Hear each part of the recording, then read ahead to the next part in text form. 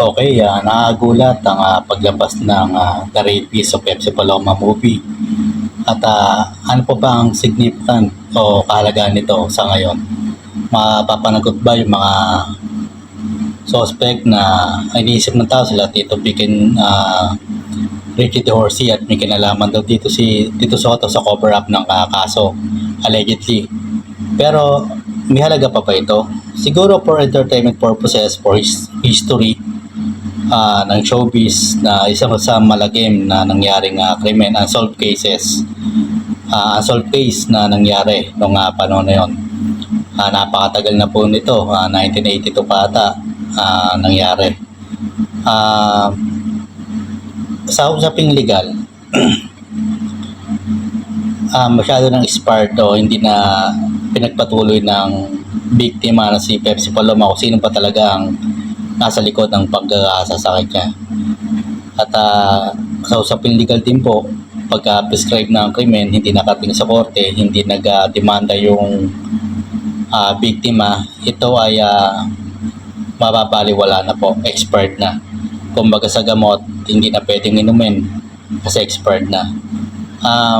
Siguro magiging ito magiging history na lang sa ating showbiz entertainment na isang malagim na krimen na hindi na nakakalungkot, hindi na bigyan ng hustisya at hindi natin alam kung anong nangyari pa talaga kasi hindi ito nakarating sa husgado.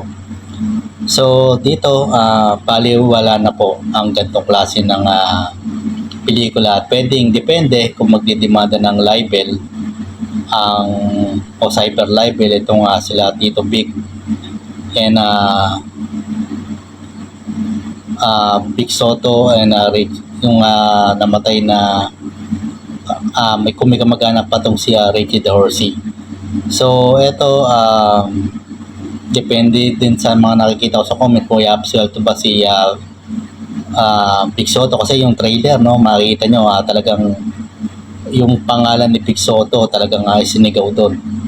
So eto kung panonoodin pa ng tao, depende, makakahatak pa rin yan. Pero baliwala na po, hindi na mabibigyan ng hustisya kung mga biktima ng rape. Itong siya dating actress ay yumaon na rin, patay na rin si Pepsi Paloma.